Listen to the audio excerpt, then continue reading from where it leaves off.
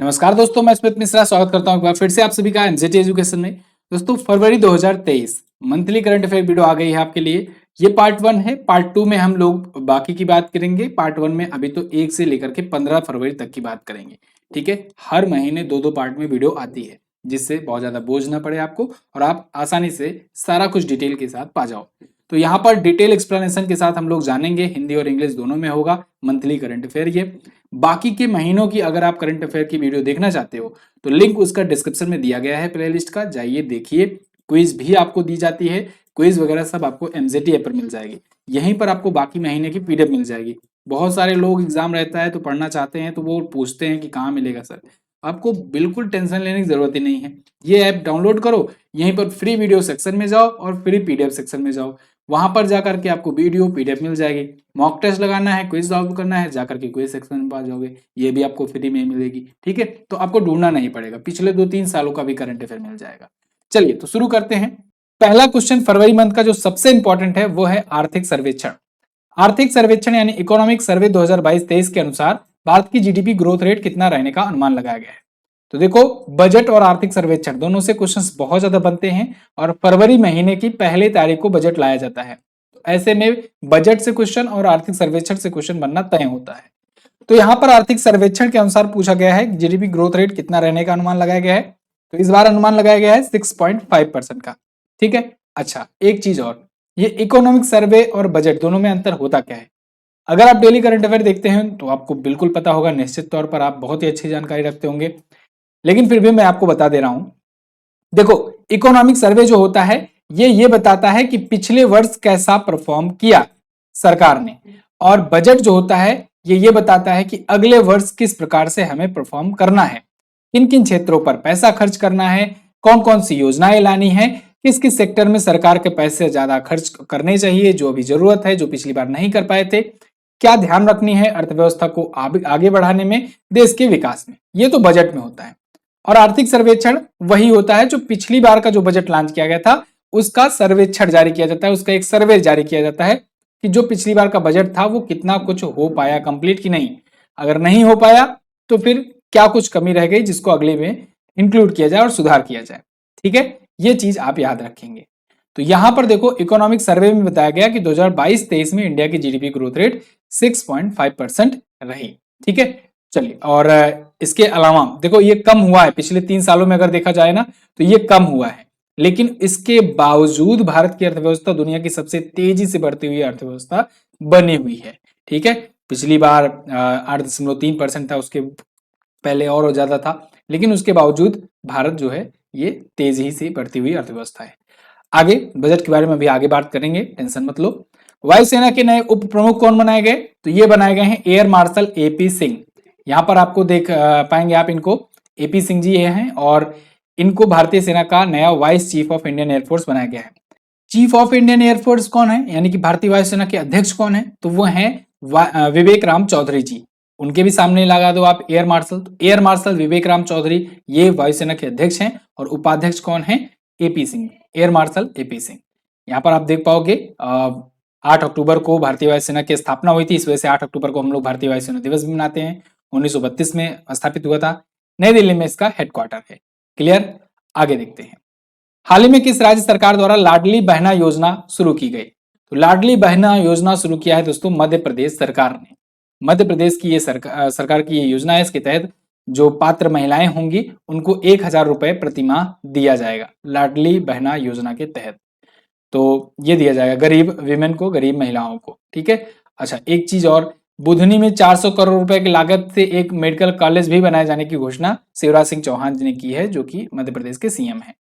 आगे, मध्य प्रदेश के में खेलो इंडिया यूथ गेम्स के किस संस्करण का उद्घाटन किया गया, तो मध्य प्रदेश में दोस्तों शुरू हो चुका है खेलो इंडिया यूथ गेम। तो इसका इस बार है 5वां संस्करण, यानी इस बार मध्य प्रदेश में खेला गया खेलो इंडिया यूथ गेम्स। 4 संस्करण इसके पहले के कहां कहां पर हुए, पहला संस्करण हुआ नई दिल्ली में, दूसरा हुआ पुणे में, तीसरा हुआ गुवाहाटी में, चौथा हुआ पंचकुला हरियाणा में, और 5वां अब मध्य प्रदेश में हो रहा है। तो ये 5 के 5 आपको याद रखना है कौन कौन कहां पर हुआ। ठीक है, तो 6,000 से ज्यादा एथलीट ने इसमें हिस्सा लिया, 27 से ज्यादा स्पोर्ट्स में इसमें खेले जाएंगे, 27 ज्यादा खेल। 30 जनवरी से 11 फरवरी 2023 तक ये चला। तात्या टोपे स्टेडियम भोपाल में। ठीक, आगे, हाल ही में किस देश को बायो एशिया 2023 के लिए भागीदार देश नामित किया गया? तो बायो एशिया 2023 समिट जो होगा दोस्तों, इसमें पार्टनर कंट्री नामित किया गया है यूके को। यूके बोले तो यूनाइटेड किंगडम को। यहाँ पर आप देख पाओगे आर्टिकल है इंडियन एक्सप्रेस का, UK named country partner for the bio Asia 2023। Hyderabad में आयोजित होने वाला है बायो एशिया का ये संस्करण। इसकी थीम रखी गई है advancing for one shaping the next generation of humanised health care. आगे, सीएम जगनमोहन रेड्डी ने आंध्र प्रदेश की नई राजधानी किसे बनाया? तो देखो दोस्तों, आंध्र प्रदेश की अब नई राजधानी एक बार फिर से बनेगी। वहां के सीएम जगनमोहन रेड्डी ने अनाउंस किया है कि विशाखापत्तनम को नई कैपिटल बनाएंगे। इससे पहले आपको याद हो, इन्होंने कहा था कि 3 राजधानियां बनाएंगे आंध्र प्रदेश की, विशाखापत्तनम, कुर्नूल और अमरावती, लेकिन फिलहाल एक ही बनाएंगे विशाखापत्तनम में, जो कि ठीक है। और ये इन्होंने बताया क्योंकि ये जो है हर प्रकार से परफेक्ट है, कनेक्टिविटी भी यहाँ पर परफेक्ट है, हाईवे, रेल, हवाई, जलमार्ग सारा कुछ यहाँ पर ठीक ठाक है, इसी वजह से ये बनाएंगे। और अभी तक क्या थी? अभी तक अमरावती थी, 3 प्रस्तावित थी, लेकिन फिलहाल एक करेंगे। आंध्र प्रदेश की अगर बात करें तो आंध्र प्रदेश से तेलंगाना अलग हुआ था 2 जून 2014 को। 2 जून 2014 को आंध्र प्रदेश से ही तेलंगाना अलग हुआ था। जो तेलुगु भाषी थे तेलंगाना चले गए थे, आंध्रा बोलने वाले आंध्र प्रदेश आ गए थे। आंध्र प्रदेश ही दोस्तों भाषाई आधार पर अलग होने वाला पहला राज्य बना था भारत का, ठीक है, 1953-54 में। तो ये भी आप याद रखिएगा, आंध्र प्रदेश का इतिहास बड़ा पुराना है। चलिए, फिलहाल हम लोग एक चीज और इंपॉर्टेंट अनाउंसमेंट की बात करने वाले हैं, असिस्टेंट लोको पायलट। इसका बैच लॉन्च किया गया है और इसकी तैयारी जबरदस्त तरीके से कराई जा रही है। अगर आप में से कोई है जो नहीं ज्वाइन किया है और इस रेलवे के प्रेस्टिजियस जॉब को ज्वाइन करना चाहता है तो वो इस बैच को ज्वाइन कर सकता है। ठीक है, लाइव रिकॉर्डेड क्लासेस होंगी, मॉक टेस्ट कराए जाएंगे, क्लास नोट्स मिलेंगे, मंथली ई बुक्स भी आपको दी जाएगी। तो अगर आपने अभी तक नहीं ज्वाइन किया है, जाइए एमजेटी ऐप ओपन कीजिए, बहुत ही कम दाम पर अभी है, आप इसको बैच को ज्वाइन करके अपनी प्रिपरेशन जारी कर सकते हैं। अगला, बजट 2023 पेश किया गया। इसमें किस वर्ष तक भारत को एनीमिया मुक्त करने की घोषणा की गई? तो दोस्तों, बजट 2023 में 2047 तक, यानी कि जब हम लोग अपनी आजादी के 100 वर्ष को कंप्लीट कर लेंगे तब तक भारत को एनीमिया मुक्त घोषित कर दिया जाएगा। ये टारगेट रखा है केंद्र सरकार ने। वैसे बजट की अगर बात करें तो बजट में इस बार 45,03,000 करोड़ खर्च करने जा रही है केंद्र सरकार। अभी तक के इतिहास का ये सबसे बड़ा बजट था, 45 लाख करोड़ का, जिसमें सरकार सबसे ज्यादा पैसा खर्च करेगी ब्याज देने पर। यानी कि जो भारत ने लोन लिया है अलग अलग जगहों से, उन लोन पर जो ब्याज होता है, जो इंटरेस्ट होता है, उन पर खर्च करेगी सरकार 10,79,000 करोड़ का। फिर परिवहन पर, फिर रक्षा पर, डिफेंस पर, ठीक है, सब्सिडी और पेंशन वगैरह पर ऐसे खर्च किया जाएगा। शिक्षा पर 1.12 लाख, स्वास्थ्य पर 88,000 करोड़। ठीक है, तो ये खर्च होंगे। वैसे इस पर मैंने आपको वीडियो दी हुई है और 2 टाइप से वीडियो दी हुई है। एक तो ऑब्जेक्टिव वाले भी दिया हुआ है एमसीक्यू फॉर्मेट में, तो उसको आप देखना चाहें उसको देख सकते हैं, और एक ऐसे डिटेल वाला थ्योरी वाला भी दिया था मैंने, तो आप इसको भी देख सकते हैं। ठीक है, जो सुटेबल लगे वो देख लीजिएगा, डिस्क्रिप्शन में लिंक मैं आपको दे दूंगा। एक जो और इंपॉर्टेंट चेंज हुआ वो हुआ इनकम टैक्स स्लैब का। तो इस बार टैक्स स्लैब दोस्तों एक घटा दिया गया है, 6 टैक्स स्लैब कर दिए गए हैं। ठीक है, पहले 7 थे, 6 कर दिया गया, या फिर उसे आप कहो कि 6 था 5 कर दिया गया, एक कम किया गया है कुल मिलाकर के। 0 से 3 लाख तक के लिए अब कोई टैक्स नहीं देना होगा, पहले 2,500 देना होता था। 3 से 6 लाख के लिए 15,000 टैक्स देने होंगे, वगैरह वगैरह, ये टेबल आप पढ़ सकते हो। तो इस बार का सबसे बड़ा बजट है, यहाँ पर आप लिंक पर क्लिक करोगे तो आपको वो वीडियो मिल जाएगी, आप वहां पर देख सकते हो। निर्मला सीतारमण जी 5वां अपना बजट पेश की और पूरा का पूरा कार्यकाल इनका इस बार कंप्लीट होगा, तो 5 बार ये बजट पेश करने वाली पहली महिला वित्त मंत्री भी बन गई हैं। प्रधानमंत्री नरेंद्र मोदी जी के कार्यकाल का ये 10वां बजट है। ठीक, आगे देखते हैं। किस देश के जिले अल मिन्हाद का नाम बदलकर हिंद शहर किया गया? तो दोस्तों, यूएई ने, यूनाइटेड अरब अमीरात ने घोषणा की है कि वो अपने अल मिन्हाद शहर का नाम बदल करके हिंद शहर करेगा। ये ऐसा इसलिए किया गया है क्योंकि वहां पर इंडियंस की संख्या ज्यादा है और इंडियंस को अट्रैक्ट करने के लिए ये इन्होंने अनाउंस किया हुआ है। ठीक है, तो जो अल मिन्हाद नाम का शहर था, हिंद शहर के नाम से अब जाना जाएगा। ठीक है, आगे, किस टीम के मुख्य कोच ग्राहम रीड ने इस्तीफा दे दिया? तो ग्राहम रीड दोस्तों ये भारतीय पुरुष हॉकी टीम के कोच थे और इन्होंने इस्तीफा दे दिया। अभी आपको पता होगा हॉकी विश्व कप आयोजित हुआ, हॉकी वर्ल्ड कप आयोजित हुआ और भारत में ही आयोजित हुआ। ठीक है, 2023 का उड़ीसा में। तो भारत परफॉर्म नहीं कर पाया उतना, तो मतलब मेडल नहीं जीत पाया। तो इस वजह से भारत के जो कोच हैं इन्होंने इस्तीफा दे दिया है। ग्राहम रीड ये रहे। अच्छा, जीता कौन? जीता कौन? तो जीता इस बार दोस्तों जर्मनी ने। जर्मनी ने किसको हरा करके जीता? बेल्जियम को हरा करके। बेल्जियम को हरा करके। अच्छा, कोई मुझे कमेंट करके बताएगा क्या कि 2018 वाला जो हुआ था, जो कि उड़ीसा में ही हुआ था, यानी भारत ही मेजबानी उसकी भी किया था हॉकी विश्व कप की, उसको जीता कौन था? कमेंट बॉक्स में जरूर बताओ, बहुत बार मैंने आपको बताया हुआ है। ठीक है, फिलहाल हॉकी इंडिया के अध्यक्ष हैं दिलीप टर्की, और उनको ये इस्तीफा अपना सौंप दिए हैं। आगे, वरिष्ठ अधिवक्ता और पूर्व कानून मंत्री शांति भूषण जी का निधन हो गया। इन्होंने कौन सा संविधान संशोधन पेश किया था जिस वजह से ज्यादा फेमस हुए थे? तो दोस्तों, भारतीय इतिहास के एक बहुत ही फेमस वकील, अधिवक्ता और भारत की सरकार के पूर्व कानून मंत्री रहे शांति भूषण जी का निधन हो गया। इन्होंने 44वां संविधान संशोधन पेश किया था, इस वजह से ये ज्यादा फेमस हुए थे। 44वें संविधान संशोधन के तहत दोस्तों, याद होगा आपको कि संपत्ति के अधिकार को हटा करके विधिक अधिकार किया गया था। इसके अलावा जो 42वां संविधान संशोधन आया था ना, जिसको मिनी संविधान कहा गया था, उसमें बहुत सारी चीजें ऐसे आई थी, तो उनमें से कुछ चीजें एलिमिनेट की गई इनके संविधान संशोधन के तहत। तो उसके कई प्रावधानों को निरस्त किया था इन्होंने। इसके अलावा 2012 में जब आम आदमी पार्टी की स्थापना हुई, तो उसके संस्थापक सदस्यों में भी ये शामिल थे। ठीक है, तो बहुत बड़े पर्सनालिटी थी, आप ऐसे ही अंदाजा लगा ही सकते हो।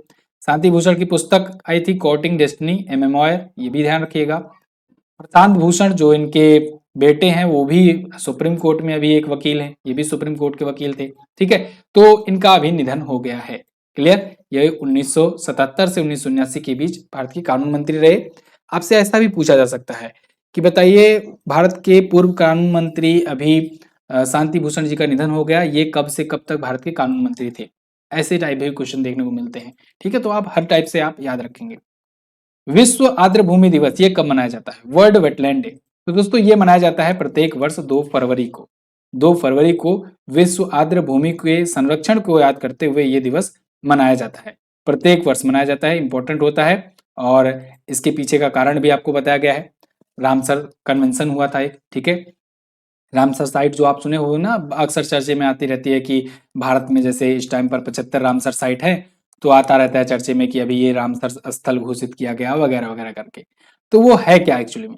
एक्चुअली में 2 फरवरी 1971 को कैस्पियन सागर के तट पर ईरानी शहर रामसर में एक वेटलैंड पर कन्वेंशन हुआ था। तो उसी को याद करते हुए उसमें ये किया गया कि दुनिया भर के हम लोग जो आर्द्र भूमियां हैं, जो वेटलैंड्स हैं, उनको रिकॉग्नाइज करेंगे और उनको संरक्षण प्रदान करेंगे। ठीक है, जैसे यूनेस्को नहीं करता है हेरिटेज साइट को रिकॉग्नाइज करके उनको विश्व धरोहर स्थल की सूची में डालता है, ऐसे यहाँ पर ये लोग क्या करते हैं, रामसर साइट की लिस्ट में डालते हैं। तो उसमें जब जाने के बाद उसकी जिम्मेदारी आ जाती है इनके पास। ठीक, तो ऐसे भारत में 75 रामसर साइट हैं। तो इसी दिवस को याद करते हुए 2 फरवरी को ही मनाया जाता है वर्ल्ड वेटलैंड डे। इस बार की थीम है वेटलैंड रिस्टोरेशन। अगला देखते हैं, अडानी ग्रुप ने किस देश के हाइफा बंदरगाह का अधिग्रहण किया? तो अडानी ग्रुप ने अभी हाल ही में इजराइल के हाइफा पोर्ट का अधिग्रहण कर लिया है। हाइफा पोर्ट को बहुत पहले ही इन्होंने ले लिया था, डील चल रही थी, लेकिन अब फाइनली अब जाकर के इन्होंने इसका पूरी तरीके से एक्विजिशन कर लिया है इजराइल के साथ। ठीक है, तो अडानी पोर्ट में अब इजराइल का हाइफा पोर्ट भी शामिल हो गया है। हाइफा पोर्ट दोस्तों, हाइफा जो है ना, ये फेमस है, इसके पीछे भारतीय सैनिकों का भी एक बहुत ही अच्छा इतिहास रहा है। 1918 में जब प्रथम विश्व युद्ध चल रहा था, तब हाइफा पर कब्जा दोबारा से पाने के लिए, या कहें कि हाइफा को छुड़ाने के लिए, इजराइल ने भारत की मदद मांगी थी और भारत के मैसूर, हैदराबाद और जोधपुर से सैनिकों को भेजा गया था। उन्होंने हाइफा की आजादी दिलाई थी। यही वजह है कि दिल्ली में एक हाइफा चौक भी है। ठीक है, जब इजराइल के प्राइम मिनिस्टर आए थे तब उनके सम्मान में यहाँ पर उद्घाटन किया गया था। ठीक, आईएमएफ ने बांग्लादेश को कितने अरब डॉलर के सहायता पैकेज की घोषणा की? तो आईएमएफ ने बांग्लादेश को 4.7 बिलियन डॉलर के सहायता पैकेज की घोषणा की है। आईएमएफ बोले तो इंटरनेशनल मॉनेटरी फंड। अब देखो, बांग्लादेश को ना ये मिल रहा है सपोर्ट पैकेज इतना बड़ा, ये 2 पार्ट में दिया जाएगा।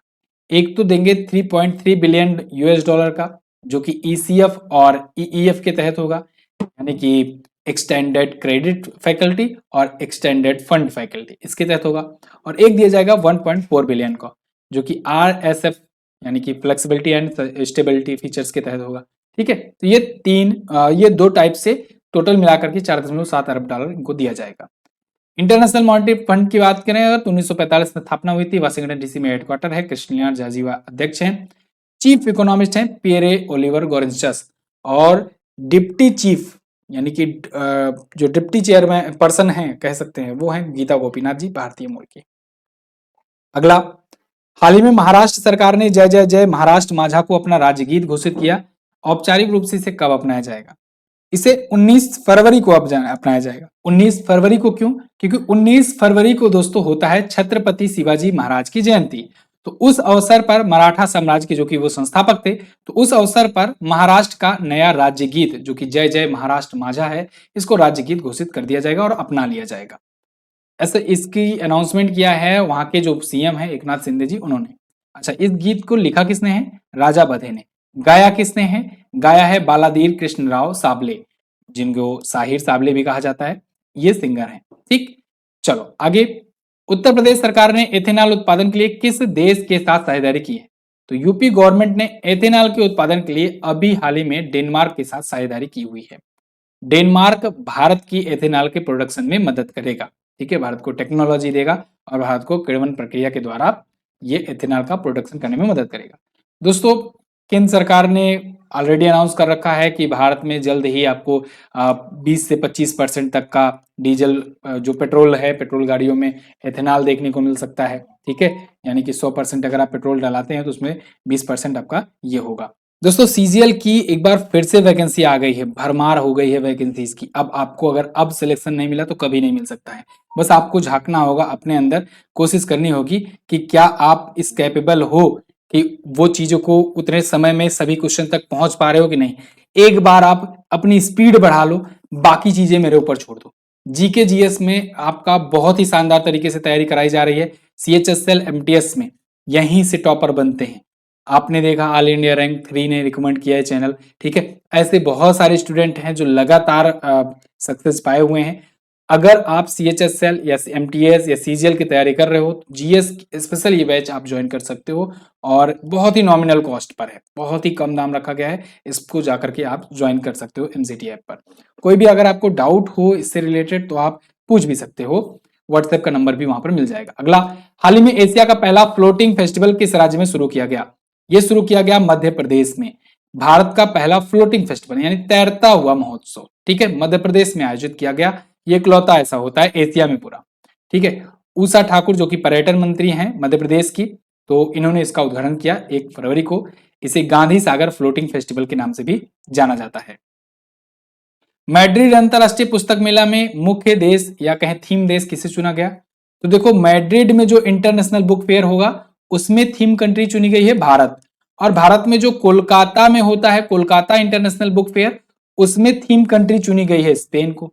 ये दोनों ही आप याद रखेंगे। ठीक है, तो कोलकाता अंतरराष्ट्रीय महोत्सव पहले होगा और 2025 में जो स्पेन में या कहें कि मैड्रिड अंतरराष्ट्रीय पुस्तक मेला जो होगा उसमें भारत थीम कंट्री होगा। क्लियर? तो दोनों आपस में बराबरी कर लिए। ठीक है, यहाँ पर कोलकाता बुक फेयर का लगा हुआ है इमेज। तो ठीक है, फिलहाल 1933 से इस मेले की शुरुआत हुई लेकिन कभी रेगुलर नहीं आयोजित हो पाया। विश्व कैंसर दिवस कब मनाया गया? तो वर्ल्ड कैंसर डे बहुत इंपॉर्टेंट डेट है, 4 फरवरी को मनाया जाता है वर्ल्ड कैंसर डे। ठीक है, और इस बार का जो वर्ल्ड कैंसर डे था इसकी भी थीम वही थी जो पिछली बार थी और आगे भी अगली साल भी वही होगा। क्या? Close the care gap. ये एग्जाम्स में पूछा गया था, पिछली बार कई एग्जाम हुए रेलवे के और एसएससी के जिसमें ये पूछा गया कि विश्व कैंसर दिवस की थीम क्या है। ये थीम विश्व कैंसर दिवस की जरूर पूछी जाती है। याद रखना 2022, 2023 और 2024 तीनों वर्ष के लिए क्लोज द केयर गैप ही रखा गया है। अच्छा, ये तो हुआ विश्व कैंसर दिवस। अगर आपसे पूछा जाए चलो बताओ भारत का कैंसर दिवस कब मनाया जाता है, तो आप बताएंगे 7 नवंबर को। 7 नवंबर को राष्ट्रीय कैंसर जागरूकता दिवस मनाया जाता है। राष्ट्रीय कैंसर जागरूकता दिवस मनाया जाता है। ठीक है ना, दिवस मनाया जाता है। हैंग कर रही है पेन, थोड़ा सा लैग कर रही है। अगला क्वेश्चन है, किस देश ने हाल ही में अपने बैंक नोट से ब्रिटिश राजशाही के प्रतीक को हटाने की घोषणा की? तो ऑस्ट्रेलिया ने यह घोषणा की हुई है कि वो अपने जो बैंक नोट से ब्रिटिश राजशाही प्रतीक हुआ करता था, यानी कि ब्रिटेन के जो राजा या रानी की फोटो हुआ करती थी, वो अब नहीं कंटिन्यू करेगा, क्योंकि एलिजाबेथ जब तक थी तब तक तो ठीक है, लेकिन अब उनके बाद जाने के बाद प्रिंस चार्ल्स की फोटो लगाई जानी है, ब्रिटेन में छपाई चल रही है। तो ऐसे में ऑस्ट्रेलिया ने अनाउंस किया है कि अब वो आगे आने वाले समय में वो मुद्रा पर अपने जो हीरोज होंगे, अपनी जो कल्चरल चीजें होंगी, उनको वो पब्लिश करेंगे। शुरुआत ये $5 के बैंक नोट से करेंगे। ठीक है, तो स्वदेशी संस्कृति का सम्मान करने के लिए ये बदलेंगे। ठीक, आगे देखते हैं अगला क्वेश्चन। हाल ही में किसने हरियाणा में 36वें सूरजकुंड मेले का उद्घाटन किया? इसका उद्घाटन किया है जगदीप धनखड़ जी ने, वाइस प्रेसिडेंट ऑफ इंडिया है। यहां पर आप आर्टिकल देख लीजिए, 36वां संस्करण था क्राफ्ट मेला का, दुनिया का सबसे बड़ा ये क्राफ्ट मेला होता है। तो 36वां सूरजकुंड हस्तशिल्प मेला फरीदाबाद हरियाणा में 4 फरवरी से 25 फरवरी के बीच में आयोजित किया गया। अगला क्वेश्चन, हाल ही में जारी ग्लोबल लीडर्स की लिस्ट में टॉप पर कौन है? तो प्राइम मिनिस्टर नरेंद्र मोदी जी दोस्तों एक बार फिर से टॉप पर आ गए हैं। PM Modi tops list most popular global leader with 78% rating. ये अमेरिका की एक एजेंसी है जिसका नाम है द मॉर्निंग कंसल्ट। इसके द्वारा ये रैंकिंग जारी की गई है दुनिया के सबसे लोकप्रिय नेताओं की, जिसमें नरेंद्र मोदी एक बार फिर से 78% एक्सेप्टेंस के साथ टॉप पर आए हैं। सेकंड पर एंड्रेज मैनुअल लोपेज ओब्रेडोर हैं, जो कि पूर्व राष्ट्रपति रह चुके हैं ब्राजील के। थर्ड पर हैं ऑलन बेरसेट, जो कि स्विट्जरलैंड के प्रेसिडेंट हैं। ठीक है, और वहीं जो बाइडेन का स्थान 7वां है। आगे देखते हैं, हाल ही में सरकार ने किस आईआईटी संस्थान को प्रयोगशाला में विकसित हीरो पर शोध करने के लिए 242 करोड़ रुपए का अनुदान दिया? तो केंद्र सरकार ने इस बार के बजट में भी अनाउंसमेंट किया था कि इस बार जो लैब में विकसित हीरे हैं उनको बढ़ावा दिया जाएगा, उन पर छूट भी दी जाएगी। तो इसके लिए आईआईटी मद्रास को जिम्मेदारी सौंपी है कि आप इस पर रिसर्च करो, और रिसर्च करने के लिए 242 करोड़ रुपए भी इसको पकड़ा दिए गए हैं आईआईटी मद्रास को। ठीक है, यहां पर रेफरेंस के लिए आप आर्टिकल भी देख पाओगे। तो अगले 5 सालों की अवधि में इनको दिया जाएगा। लैब ग्रोन डायमंड्स के लिए आपको कहीं कहीं एलजीडी शॉर्ट फॉर्म में भी दिखा मिल सकता है। आगे, किस देश के पूर्व राष्ट्रपति परवेज मुशर्रफ का निधन हो गया? तो परवेज मुशर्रफ ये पाकिस्तान के पूर्व प्रेसिडेंट थे। इसके अलावा ये वहां के आर्मी चीफ भी रह चुके थे। इन पर देशद्रोह का मुकदमा भी चला, आगे चल करके इनको फांसी की सजा सुनाई गई, हालांकि बाद में फांसी नहीं पाए, ये अपनी ही मौत मरे हुए हैं। इमेज में देख लो आप, यही थे परवेज मुशर्रफ। ठीक है, इनका निधन हो गया है। इनको अमाइलाइडोसिस बीमारी थी और इस वजह से इनका निधन हुआ है। ठीक, अगला, किस राज्य या केंद्र शासित प्रदेश के यायात्सो को जैव विविधता विरासत स्थल के रूप में प्रस्तावित किया गया? तो लद्दाख के यायात्सो को जैव विविधता विरासत स्थल के रूप में प्रस्तावित किया गया है। ये वही स्थल है दोस्तों जहां पर काली गर्दन वाले क्रोन पक्षी ज्यादा पाए जाते हैं, और इस एरिया को पक्षियों का स्वर्ग भी कहा जाता है। ये एरिया बहुत ही खूबसूरत झील, वहां के पक्षियों की वजह से जाना जाता है। तो इसको अभी बायोडायवर्सिटी हेरिटेज साइट यानी बीएचएस का दर्जा दे दिया गया है। ठीक, आगे बढ़ते हैं। हाल ही में कहां पर digital India mobile van launch किया गया? ये लॉन्च किया गया नई दिल्ली में। डिजिटल इंडिया को बढ़ावा देने के लिए G20 समिट के दौरान खास करके डिजिटल इंडिया को एडवर्टाइज करने के लिए, दिखाने के लिए कि हमारे यहाँ डिजिटल इंडिया चलता है, क्या क्या चीजें जो हैं वो लोगों को हेल्प पहुंचा रही हैं डिजिटल इंडिया के माध्यम से, क्या मुहिम है, ये दिखाने के लिए ये शुरू किया गया है। और सबसे पहले शुरुआत किया गया है लैंड ऑफ नवाब से यानी लखनऊ से। ठीक है, तो एक डिजिटल इकोनॉमी वर्किंग ग्रुप की मीटिंग होने वाली है 13 से 5 फरवरी को, लखनऊ में ही होगी, उसको लेकर के ये हो रहा है। वैसे G20 की अभी Y20 समिट भी एक हुई। Y20 समिट कहां पर हुई? 6 से 8 फरवरी को हुई ये गुवाहाटी में, इसको भी याद रखिएगा। Y20 इसी G20 का हिस्सा है और G20 की मेजबानी इस बार भारत कर रहा है। आगे, 2027 में फुटबॉल एशिया राष्ट्र कप की मेजबानी कौन करेगा? तो 2027 में जो फुटबॉल का एशिया कप होगा उसकी मेजबानी सऊदी अरेबिया करेगा। वैसे 2023 वाला अभी होना है, 2023 वाला होगा कहां पर? कतर में होगा, और 2027 वाला होगा सऊदी अरेबिया में। ये अनाउंसमेंट अभी किया गया है।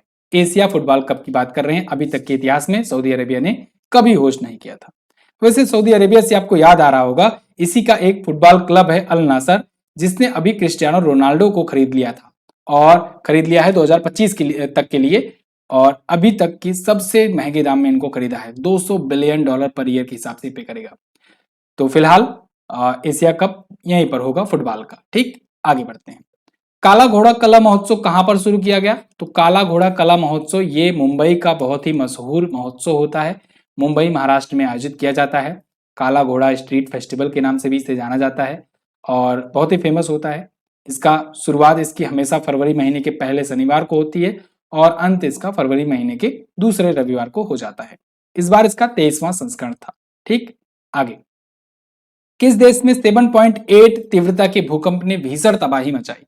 तो दोस्तों अभी हाल ही में तुर्की और सीरिया में, इन दोनों देशों में 7.8 तीव्रता के भूकंप देखे गए और ऐसे 3 भूकंप आए। ये पहले 7.6 रिएक्टर स्केल का आया तीव्रता का, फिर 7.8, फिर 6.5 तीव्रता का, 3 झटका आया था तुर्की और सीरिया में।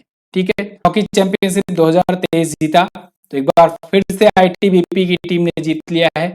इंडो तिब्बतियन बॉर्डर पुलिस की टीम ने एक बार फिर से नेशनल हॉकी चैंपियनशिप 2023 जीत लिया है। लगातार 3 बार से जीतती आ रही है।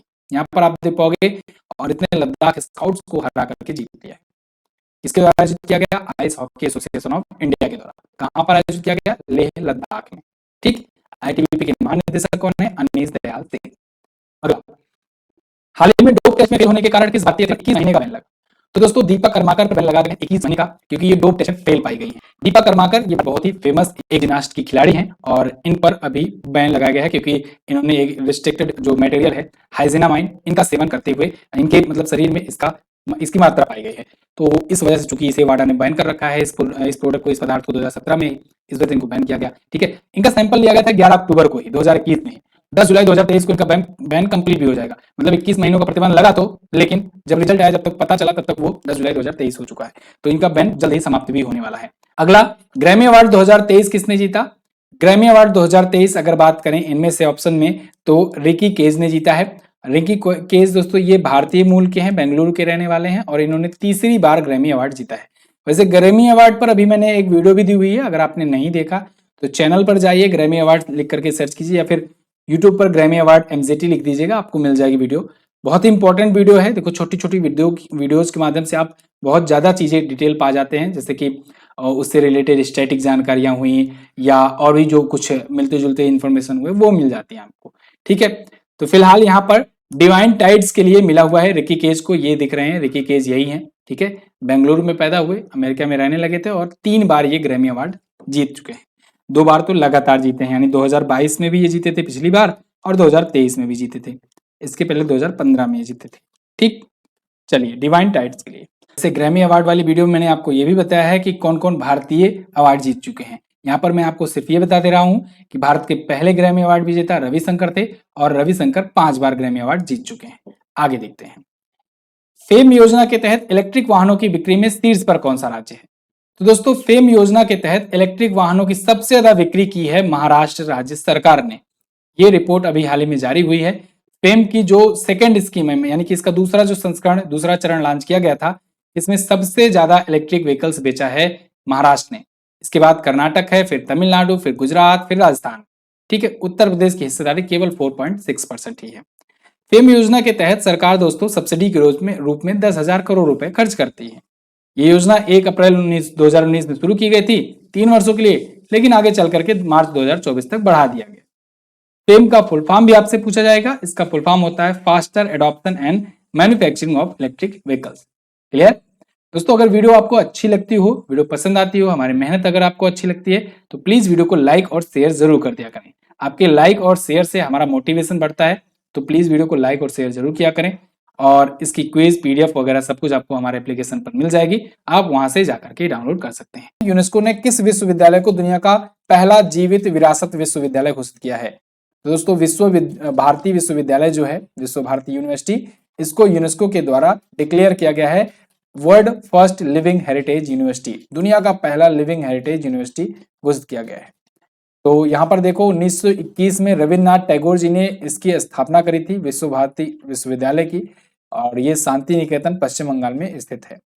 यूनेस्को की वर्ल्ड हेरिटेज साइट की अगर बात करें तो वर्तमान में भारत में 40 विश्व धरोहर स्थल हैं, 32 जिसमें सांस्कृतिक है, कल्चरल है, और 7 नेचुरल है, प्राकृतिक, और 1 मिक्स्ड है। ठीक है, दुनिया में विश्व धरोहर स्थलों के मामले में भारत है 6ठे स्थान पर। यूनेस्को के बारे में अगर बात करें तो United Nation Educational, Scientific and Cultural Organisation 1945 में स्थापना हुई थी। आंद्रे अजोले इसके वर्तमान में अध्यक्ष हैं। हेडक्वार्टर इसका है पेरिस में। हेडक्वार्टर बड़ा पूछा जाता है, याद रखना पेरिस में है। अगला, हाल ही में किस कंपनी ने चैट जीपीटी को टक्कर देने के लिए अपना artificial intelligence chatbot Bard launch किया? तो इसको लॉन्च किया है गूगल ने। गूगल का दोस्तों एक आर्टिफिशियल इंटेलिजेंस चैटबॉट आया हुआ है बार्ड। ये बिल्कुल चैट जीपीटी की तरह है। चैट जीपीटी ओपन एआई के द्वारा बनाया गया था, ओपन एआई के द्वारा बनाया गया था, और ये मतलब जो आप कहोगे सब ये कर देता है। ठीक है, होमवर्क हुआ, असाइनमेंट लिखना हुआ, मेल लिखना हुआ, गाना लिखना हुआ, स्टोरी लिखना हुआ, सब कर देता है। तो पिछले दिनों में बहुत ज्यादा चर्चे में रहा था। ओपन एआई का ये टूल है, आर्टिफिशियल इंटेलिजेंस बेस्ड चैटबॉट है, और इसी को टक्कर देने के लिए गूगल ने अपना बार्ड नाम से लॉन्च किया था। यहाँ पर आप सब कुछ देख पाओगे इसके रिलेटेड। और गूगल इससे पहले भी अनाउंस किया था कि हम इससे भी एडवांस एक बनाएंगे स्पैरो नाम से, तो वो तो अभी आएगा। गूगल के बारे में अगर बात करें तो लैरी पेज और सर्जेई ब्रिन ने 1998 में इसकी स्थापना की थी। सीईओ अभी बनाया है सुंदर पिचाई को। इसकी पेरेंट कंपनी है अल्फाबेट। अल्फाबेट, ठीक है, कैलिफोर्निया में इसका हेडक्वार्टर है। हाल ही में किस लेखक ने मातृभूमि बुक ऑफ द ईयर का पुरस्कार जीता? इसको जीता है डॉक्टर पैगी मोहन ने, मातृभूमि बुक ऑफ द ईयर का अवार्ड। यहाँ पर आप देख पाओगे आर्टिकल है डॉक्टर पैगी मोहन बैग्स मातृभूमि बुक ऑफ द ईयर का अवार्ड। ठीक है, इनको इनकी पुस्तक वंडरर्स किंग एंड मर्चेंट्स के लिए दिया गया है। 2 लाख रुपए का कैश मिला, एक मूर्ति मिली। कुछ और पुस्तकें आई हैं पिछले दिनों में, उनका हम लोग रिवीजन करेंगे। चूंकि आप ये करंट अफेयर का रिवीजन कर रहे हो तो करंट अफेयर आपको हर एक प्रकार से रिवाइज करते रहना है। ठीक है, कंप्लीट नॉलेज के लिए रिवीजन बहुत जरूरी है। कोचिंग बियॉन्ड जो पुस्तक है आर कौशिक और आर श्रीधर ने लिखा। Come let's run Krishnamachari Shrikant ने। इरफान खान ए लाइफ इन मूवीज पुस्तक आई शुभ्रा गुप्ता की। स्पेयर पुस्तक जे आर मोहरिंगर ने लिखा, प्रिंस हैरी पर बेस्ड है। जादूनामा पुस्तक अरविंद मंडलोई ने लिखा, ये जावेद अख्तर पर बेस्ड है। अनजान साक्षी प्रोफेसर अब्दुल गफ्फार ने। Roller coaster and affair with banking ने एन अफेयर विद बैंकिंग जो है ये तमाल बंदोपाध्याय जी की आई पुस्तक। अंबेडकर ए लाइफ पुस्तक शशि थरूर जी ने लिखी। रिवोल्यूशनरीज ये संजीव सान्याल की आई पुस्तक। Chief ministers diary number 1 Ranjan Gogoi की पुस्तक। और फोर्क्स इन द रोड ये सी रंगराजन की पुस्तक है। ये सभी इंपॉर्टेंट है, पूछा जा सकता है आपसे एग्जाम में। अगला, हाल ही में ग्रीन बॉन्ड जारी करने वाला देश का पहला नगर कौन बना? तो दोस्तों वो बन गया है इंदौर। भारत की सबसे स्वच्छ सिटी भी है और इसने अभी हाल ही में ग्रीन बॉन्ड जारी किया है और ये जारी करने वाला पहला नगर निकाय बन गया है। 244 करोड़ रुपए इसके थ्रू ये रेज करने का प्रोजेक्ट बनाया हुआ है। इन्होंने कहा है कि 60 मेगावाट का सोलर प्लांट लगवाएंगे। ठीक है, तो इस ग्रीन बॉन्ड के जरिए 244 करोड़ रुपए जुटाया जाएगा इस नगर निगम के द्वारा। याद रखना पिछले 6 बार से ये लगातार सबसे स्वच्छ शहर बनता हुआ आ रहा है। अगला, हाल ही में शनि को पीछे छोड़कर सबसे अधिक उपग्रहों वाला ग्रह कौन बना? तो दोस्तों वो बन गया है बृहस्पति ग्रह। एक बार फिर से पहुंच गया है टॉप पर। इसके अभी कुछ और भी ग्रहों की खोज हुई जिसकी वजह से इसकी संख्या टोटल पहुंचकर हो गई 92। मंगल ग्रह पे अगर अभी बात करें तो 82 के आसपास में इसके ग्रहों की उपग्रहों की संख्या है। ठीक है ना, तो बृहस्पति ग्रह के सबसे ज्यादा उपग्रह हैं। ठीक है, नेचुरल सैटेलाइट की बात की जा रही है। यहाँ पर आप देख पाओगे 12 नए मून जो हैं खोजे गए हैं जुपिटर के। अच्छा, पृथ्वी के कितने उपग्रह हैं? एक नेचुरल सैटेलाइट है, एक ही नेचुरल उपग्रह है, नाम क्या है? चंद्रमा। ठीक है, चलो, और मंगल ग्रह का पूछा जाए तो फोबोस और डिमोस नाम का ना है। बुध ग्रह के, शुक्र ग्रह के कोई उपग्रह नहीं है। आगे, हाल ही में किसने अपनी पुस्तक नाउ यू ब्रीथ के लिए गोल्डन बुक अवार्ड 2023 जीता? तो अभी हाल ही में राखी कपूर की पुस्तक नाउ यू ब्रीथ के लिए को अवार्ड मिला है, गोल्डन बुक अवार्ड 2023। यहाँ पर आप देख पाओगे आर्टिकल है द प्रिंट का, गोल्डन बुक अवार्ड 2023 एशिया का प्रतिष्ठित पुरस्कार होता है ये, और इनको ऑथर ऑफ द ईयर के पुरस्कार से भी सम्मानित किया जा चुका है कॉन्स्टिट्यूशन क्लब ऑफ इंडिया के द्वारा। तो राखी कपूर की पुस्तक है, दोनों ही आप याद रखेंगे। अगला, हाल ही में एक पृथ्वी अवलोकन उपग्रह निसार को सितंबर में लॉन्च करने की घोषणा की गई। ये किसके द्वारा बनाया जा रहा है? तो दोस्तों इसरो और नासा मिल करके बना रहा है निसार। निसार बोले तो NASA ISRO synthetic aperture radar, ऐसे ही लिखा जाएगा, NASA ISRO synthetic aperture radar. Full form इसका याद रखिए, NASA ISRO synthetic aperture radar. तो ए और बी दोनों मिल करके, यानी नासा और इसरो मिल करके ये बना रहे हैं, और ये एक प्रकार का अर्थ ऑब्जर्वेशनल सैटेलाइट ही है। ठीक है, सिंथेटिक अपर्चर रडार, इसलिए तो ये सितंबर 2023 तक लॉन्च कर दिया जाएगा इसी साल में। ठीक है ना। नासा के बारे में अगर बात करें तो national aeronautics and space administration America की स्पेस एजेंसी है। 1958 में स्थापना हुई थी और बिल नेल्सन इसके अध्यक्ष हैं। इसरो की बात करें तो ये भारत की स्पेस एजेंसी है, Indian Space and Research Organisation. 1969 में इसकी स्थापना हुई थी 15 अगस्त के दिन। और एस सोमनाथ जी जो हैं, एस सोमनाथ जी जो हैं, ये इसके अध्यक्ष हैं। हेडक्वार्टर इसका बेंगलुरु में है। अगला, तुर्की और सीरिया में भूकंप प्रभावितों की मदद के लिए कौन सा ऑपरेशन शुरू किया गया? तो भारत के द्वारा ऑपरेशन दोस्त शुरू किया गया है। सीरिया और तुर्की में भूकंप आया था, आपको पता है, 6 फरवरी को। और उस वजह से मरने वालों की संख्या आज की डेट में अगर मैं बताऊं तो ये 35,000 के प्लस पहुंच चुकी है। और बहुत सारे थिंक टैंक का अनुमान ये है कि ये आगे 50,000 प्लस जा सकता है मौतों का आंकड़ा इस भूकंप की वजह से। 7.8 मैग्नीट्यूड का दोस्तों ये भूकंप आया था। और यहाँ पर राहत और बचाव के लिए भारत ने भी बढ़ चढ़कर की मदद करी हुई है, ऑपरेशन दोस्त लॉन्च करके। ठीक है, आपको अगर याद हो तो भारत ने ऑपरेशन गंगा चलाया था जब यूक्रेन में अटैक हुआ था रसिया का, तो यूक्रेन में फंसे भारतीयों को वापस लाना था, उसके लिए भारत ने ऑपरेशन गंगा चलाया था। ऑपरेशन वैक्सीन मैत्री चलाया गया था दुनिया भर के लोगों में, और भी लोग जो आसपास के जो अपने पड़ोसी देश हैं, गरीब देश है, उन तक वैक्सीन पहुंचाने में, मदद करने में। उन तक भारत बहुत सारे देशों को वैक्सीन फ्री में दिया, तो इसके लिए ऑपरेशन वैक्सीन मैत्री शुरू किया गया था। ऑपरेशन देवी शक्ति भारत ने तब शुरू किया था जब अफगानिस्तान में तालिबान का अटैक हुआ था, तालिबान कब्जा करने आ रहा था, तो अफगानिस्तान से भारतीयों को निकालने के लिए भारत ने ऑपरेशन देवी शक्ति शुरू किया था। ये कुछ ऑपरेशंस हैं भारत सरकार के द्वारा चलाए गए जो विदेशों में स्थित जो अपने नागरिक हैं उनके लिए था, तो इसको आप याद रखेंगे। ठीक है, इसके तहत भारत अपने C-70 ग्लोब मास्टर के थ्रू राहत बचाव सामग्री भेज रही है, और भारत के सैनिक भी गए वहां पर, एनडीआरएफ की टीम भी गई है। अगला, हाल ही में प्रकाशित किया गया उपन्यास द विक्ट्री सिटी, इसको लिखा किसने है? विक्ट्री सिटी जो पुस्तक है इसको लिखा है दोस्तों सलमान रुश्दी ने। सलमान रुश्दी एक बहुत ही फेमस जाने माने एक लेखक है। तो इनकी ये पुस्तक है विक्ट्री सिटी, जो नई पुस्तक आई हुई है, एक नॉवेल है, एक उपन्यास है। ठीक है, बेसिकली ये एक्चुअली में महाकाव्य है संस्कृत में एक, उसी का ये ट्रांसलेशन है। ठीक है, सलमान रुश्दी के और कुछ पुस्तकें हैं जो चर्चे में रही हैं, जैसे मिडनाइट चिल्ड्रंस, ये कई बार एग्जाम में पूछा भी गया है। और द सैटेनिक वर्सेस, ये भी पूछा गया है एग्जाम में, याद रखिएगा।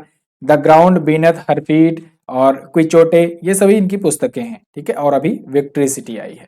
अगला, भारत का पहला ग्लास इग्लू रेस्टोरेंट कहाँ खोला गया? ये खोला गया दोस्तों जम्मू कश्मीर के गुलमर्ग में। गुलमर्ग में, जम्मू कश्मीर के गुलमर्ग में खोला गया है भारत का पहला ग्लास बेस्ड इग्लू रेस्टोरेंट। इग्लू किसे कहते हैं? यहाँ पर देखो कुछ इस प्रकार से इग्लू बनाए जाते हैं जहाँ पर बर्फीली पहाड़ियां या बर्फ ज्यादा रहते हैं, वहां पर जो घर बनाए जाते हैं ना बर्फ में, वो इग्लू कहलाते हैं। तो यहाँ पर ये हुआ है कि पहला ग्लास का इग्लू बनाया गया है, और ये रेस्टोरेंट है एक। इसी होटल ने जो बनाया है, जो रेस्टोरेंट वाला, इन्होंने ये दावा किया कि भैया 2 साल पहले हमने स्नो इग्लू बनाया था, और ये एशिया में पहली बार हुआ था जब इन्होंने ये बनाया था। एशिया का पहला स्नो इग्लू बनाया था इन्होंने। फिलहाल आगे देखते हैं, विश्व दलहन दिवस कब मनाया जाता है? तो ये प्रत्येक वर्ष 10 फरवरी को मनाया जाता है, world pulses day. Important day है दलहन के बारे में अवेयरनेस फैलाने के लिए, दाल में कितना प्रोटीन पाया जाता है उसके बारे में लोगों को जागरूक करने के लिए, जिससे कि वो कुपोषण के शिकार होने से बच सकें। तो इस सब के लिए दलहन दिवस मनाया जाता है। 2016 में अंतर्राष्ट्रीय दलहन वर्ष घोषित किया गया था संयुक्त राष्ट्र महासभा के द्वारा। तो 2016 का जो वर्ष है ना, ये अंतर्राष्ट्रीय दलहन वर्ष है। अच्छा, 2023 का भी वर्ष एक घोषित किया गया है। क्या घोषित किया गया है? मोटे अनाज का वर्ष। मोटे अनाज का वर्ष। ठीक है, ये आपसे पूछा जा सकता है, इंपॉर्टेंट है, याद रखिएगा दोनों। ठीक है, 2023 वाला ज्यादा इंपॉर्टेंट है। थीम है pulses for a sustainable future. अगला, म्यांमार और किस देश ने परमाणु ऊर्जा विकसित करने के लिए समझौता किया? तो म्यांमार और रसिया ने दोस्तों समझौता किया है परमाणु ऊर्जा को विकसित करने के लिए, न्यूक्लियर एनर्जी डेवलप करने के लिए। यानी भारत का एक और पड़ोसी देश होगा जो न्यूक्लियर एनर्जी संपन्न हो जाएगा आने वाले टाइम पर। माना कि वहां पर न्यूक्लियर बम तो शायद नहीं बने, मतलब उम्मीद तो ये है कि वो लोग केवल न्यूक्लियर का यूज करें, न्यूक्लियर एनर्जी के रूप में ही, मतलब पावर के लिए, इलेक्ट्रिसिटी के लिए ही। लेकिन देखो कुछ भी हो सकता है। फिलहाल म्यांमार और रसिया के बीच में ये पैक्ट साइन हुआ है, शांतिपूर्ण उद्देश्यों के लिए कहा जा रहा है, परमाणु प्रौद्योगिकियों का ये लोग उपयोग करेंगे। 7 फरवरी को ये साइन हुआ। आगे, वैसे भारत के पड़ोसी देशों में अगर बात करें अभी किसके किसके पास एटम बम है या कहें कि न्यूक्लियर एनर्जी संपन्न है, तो उनमें आप देखेंगे अपना दुष्ट पड़ोसी पाकिस्तान, ऊपर चाइना भी। ठीक है, भारत के पास तो है ही न्यूक्लियर एनर्जी, ऑब्वियस सी बात है। और यहाँ पर अब वर्मा के पास भी यानी कि म्यांमार के पास भी हो जाएगा। ठीक है, आगे देखते हैं। हाल ही में इसरो ने किस नाम से अपना सबसे छोटा रॉकेट लॉन्च किया? तो इसरो ने दोस्तों SSLV D2 मिशन सक्सेस करके दिखाया है। इसरो का ये मिशन पिछली बार वाला जो था वो फेल हो गया था, SSLV D1, और अभी D2 वाला जो मिशन लॉन्च किया गया दोबारा से वो रहा सक्सेस। SSLV का मतलब स्मॉल सैटेलाइट लॉन्च व्हीकल, यानी कि हम लोग अब स्मॉल सैटेलाइट लॉन्च व्हीकल बना लिए हैं, तो छोटे छोटे सैटेलाइट के लिए ना हम लोग को लॉन्चिंग करने में दिक्कत नहीं होगी। छोटे छोटे सैटेलाइट और लोअर अर्थ ऑर्बिट में अगर लॉन्च करने होंगे तो हम लोग आराम से लॉन्च कर सकेंगे। ठीक है, देखो होता क्या था, अपने पास पहले था PSLV और क्या था GSLV। PSLV यानी polar satellite launch vehicle, GSLV यानी कि जियो सिंक्रोनस सैटेलाइट लॉन्च व्हीकल या कहो जियो स्टेशनरी सैटेलाइट लॉन्च व्हीकल। तो ये दोनों अपने थे, ये लेकिन बहुत हैवी होते हैं, इनको तैयार करने में महीनों लग जाते हैं। लेकिन अब ये SSLV जो बना है ना, स्मॉल सैटेलाइट लॉन्च व्हीकल, ये मात्र 3 से 4 दिनों में तैयार हो जाता है। अब कोई अगर देश है, कोई छोटे मोटे देश हैं, उनको अगर सैटेलाइट अपना लॉन्च करवाना होगा, इसरो से संपर्क करेंगे, इसरो कहेगा ठीक है भैया किराया दो और हम लॉन्च करने के लिए तैयार हैं, हमारे पास SSLV है, आपका ये कम्युनिकेशन सैटेलाइट छोटे लोअर अर्थ ऑर्बिट में, मतलब कि निचली कक्षा में छोड़ देंगे, LEO में छोड़ देंगे, लोअर अर्थ ऑर्बिट में।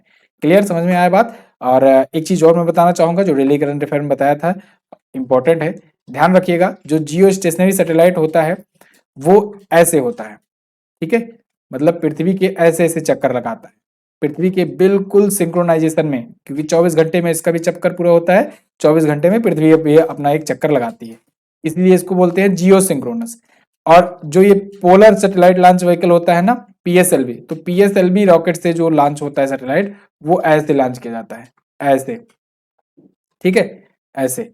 तो याद रखिएगा ये चीज इंपॉर्टेंट है, क्योंकि ये भारत पृथ्वी के पोलर में लॉन्च किया जा रहा है, ठीक है, ध्रुवों के छोर पर। आगे देखते हैं, बाकी ये डिटेल है सब। अच्छा, इसरो ने ये जो लॉन्च किया रॉकेट, इस रॉकेट के जरिए 3 सैटेलाइट लॉन्च किए। ये 3 सैटेलाइट में एक तो अर्थ ऑब्जर्वेशनल सैटेलाइट था 07, एक था जीनस 1 और एक था आजादी सैट। आजादी सैट ये वही वाला है जो 7 अगस्त को जब पिछली बार लॉन्च किया जा रहा था 15 अगस्त के अवसर पर, तो वो फेल हो गया था भारत की आजादी के 75 साल पूरे होने के बाद। ठीक, आगे देखते हैं। अगला, महाराष्ट्र सरकार ने किसको वर्ष 2022 के लिए महाराष्ट्र भूषण पुरस्कार प्रदान करने की घोषणा की? तो महाराष्ट्र गवर्नमेंट दोस्तों इस बार अप्पा साहेब धर्माधिकारी जी को महाराष्ट्र भूषण पुरस्कार देगा, 2022 के लिए इनको दिया जाएगा। ठीक है, अप्पा साहेब धर्माधिकारी, तो इनकी घोषणा की है CM एकनाथ शिंदे ने, CM एकनाथ शिंदे महाराष्ट्र के CM। ठीक है, तो नाना साहब धर्माधिकारी इनके पिता थे और उनको भी इस अवार्ड से सम्मानित किया जा चुका है 2008 में ही, और अब अप्पा साहेब धर्माधिकारी यानी उनके बेटे को सम्मानित किया जा रहा है। अप्पा साहेब को 2017 में पद्मश्री से भी सम्मानित किया जा चुका है। और वहीं अगर पिछली बार की अगर बात करें 2021 में महाराष्ट्र भूषण पुरस्कार किसे मिला था, तो आप बताएंगे आशा भोसले को। ठीक है ना, याद रखिएगा ये सब चीजें इंपॉर्टेंट है। अगला, हाल ही में किस राज्य सरकार ने one family one ID portal launch किया? इसे लॉन्च किया है यूपी गवर्नमेंट ने। वन फैमिली वन ID यानी एक परिवार एक पहचान पत्र। ठीक है, तो ये शुरू किया गया है। यहाँ पर देखो योगी जी कितने खुश दिख रहे हैं। देखो अब उत्तर प्रदेश ने, याद रखिएगा, ODOP योजना, वन डिस्ट्रिक्ट वन प्रोडक्ट योजना, यानी कि एक जिला एक उत्पाद योजना, और एक जिला एक उपज योजना भी इन्होंने शुरू किया। एक जिला एक उपज योजना भी इन्होंने शुरू किया। इसके अलावा एक जिला एक खेल यानी वन डिस्ट्रिक्ट वन स्पोर्ट योजना भी इन्होंने शुरू किया, और अब वन डिस्ट्रिक्ट वन ID। ठीक है, तो उत्तर प्रदेश सरकार ने one family one ID portal launch किया गया है एक ही पहचान के लिए। ठीक है ना, वैसे आप लोग भी अगर अपनी पहचान बनाना चाहते हो जॉब पा करके, तो आपके लिए लाया गया है शताब्दी बैच, RRB ALP का शताब्दी बैच। इससे अब आपका ट्रेन चलाने का सपना होगा पूरा। इस बैच के थ्रू आप कंप्लीट क्लासेस पा सकते हो सभी सब्जेक्ट की, मैथ, रीजनिंग, साइंस की, GS की, current affair, topic wise static, सारा कुछ। लाइव प्लस रिकॉर्डेड क्लासेस हो रही हैं, मॉक टेस्ट दिया जा रहा है, क्लास नोट्स भी मिल रही हैं, मंथली ई-बुक भी दिया जा रहा है। ये सारी चीजें आपको MZT ऐप पर मिलेंगी। गूगल प्ले स्टोर पर जाकर के डाउनलोड कीजिए। अभी के लिए कूपन कोड यूज कीजिएगा MZT50, आपको मिल जाएगा 50% का डिस्काउंट। जाइए MZT ऐप पर अभी इसे ज्वाइन कीजिए। अगला क्वेश्चन देखते हैं। हाल ही में शेपिंग फ्यूचर गारमेंट्स थीम के साथ वर्ल्ड गवर्नमेंट समिट 2023 का आयोजन कहां पर किया गया? इसका आयोजन किया गया दुबई में। ये दुबई में होगा। ठीक है, दुबई पड़ता है UAE में यानी यूनाइटेड अरब अमीरात में, और यहाँ पर वर्ल्ड गवर्नमेंट समिट होने वाली है या कहीं हो गई है। 13 फरवरी को एक्चुअली में ये शुरू हुआ था। शेपिंग फ्यूचर गवर्नमेंट थीम के साथ ये समिट जो है आयोजित किया गया। अगला, हाल ही में अलीबाबा ग्रुप ने किस कंपनी के साथ, किस भारतीय कंपनी से अपनी पूरी हिस्सेदारी बेच दी है? तो अलीबाबा ग्रुप का शेयर था लगभग 6% के आसपास में पेटीएम में, और इसने अपनी सारी की सारी हिस्सेदारी बेच करके यहाँ से रवाना हो गई है, मतलब कि देश छोड़ ही दी है। एक प्रकार से इंडिया से इसने अपना इन्वेस्टमेंट वापस ले लिया। अलीबाबा ग्रुप जो है ये एक चाइनीज कंपनी है। अलीबाबा जैक मा की कंपनी है, अगर आपने नाम सुना हो। कभी एशिया के सबसे अमीर हुआ करते थे जैक मा, तो इन्हीं की कंपनी थी अलीबाबा ग्रुप, और इसका इन्वेस्टमेंट था ढेर सारा पेटीएम में। अगर आपको पेटीएम से रिलेटेड अगर चीजें पता हो, कुछ दिन पहले, कुछ महीनों पहले आरबीआई ने इस पर बैन लगाया था, जब आरबीआई ने कहा था कि आप डेटा लीक कर रहे हो चाइनीज गवर्नमेंट को, और चाइना का इन्वेस्टमेंट आपके अंदर है, इस वजह से आपका डेटा वहां पर जा रहा है, तो नए अकाउंट्स नहीं ओपन होंगे। ये बैन लगाया गया था पेटीएम पर। फिलहाल के लिए अलीबाबा ग्रुप अब शुरुआत में 2 स्टेप में, एक तो 3 दशमलव समथिंग का % का स्टेक इसका था, पहले जनवरी में बेचा और उसके बाद अभी फरवरी में भी बेच करके ये पूरा पूरा इन्वेस्टमेंट अपना निकाल ली है। ठीक है, तो 2010 में पेटीएम की स्थापना हुई थी। Founder and CEO Vijay Shekhar Sharma, Noida में इसका हेडक्वार्टर है। अगला, हाल ही में किस देश ने बीमारियों का पता लगाने और सुरक्षा जांच में सुधार के लिए स्निफिंग रोबोट लॉन्च किया? इसे लॉन्च किया है इजराइल ने। इजराइल जो है ये एक ऐसा रोबोट लॉन्च किया है जो कि दोस्तों टिड्डों का जो एंटीना होता है ना, टिड्डियां अगर आप देखे हो तो उसका एंटीना होता है, ठीक है, उस एंटीना का यूज कर रहे हैं ये लोग सेंसर के रूप में, और ये बता रहे हैं कि ये एक बायोलॉजिकल सेंसर की तरह काम करेगा, और जो इलेक्ट्रॉनिक जो सेंसर्स हैं उनसे ज्यादा ये सेंसिटिव है। अगला, जम्मू कश्मीर में किस तत्व का भंडार पाया गया? तो जम्मू कश्मीर में अभी दोस्तों लिथियम का भंडार पाया गया है। बहुत ही विशालकाय भंडार है, भारत में अब तक का सबसे बड़ा लिथियम का ये भंडार पाया गया है। जम्मू कश्मीर में ये पाया गया है। ठीक है, जम्मू कश्मीर में कहाँ पर? तो रियासी जिला में पाया गया है। जियोलॉजिकल सर्वे ऑफ इंडिया ने इसे ढूंढा है। 59 लाख टन का लिथियम बताया गया है। लिथियम इंपॉर्टेंट क्यों है? क्योंकि दोस्तों ना लिथियम जो है इसका यूज किया जाता है बैटरी को बनाने में।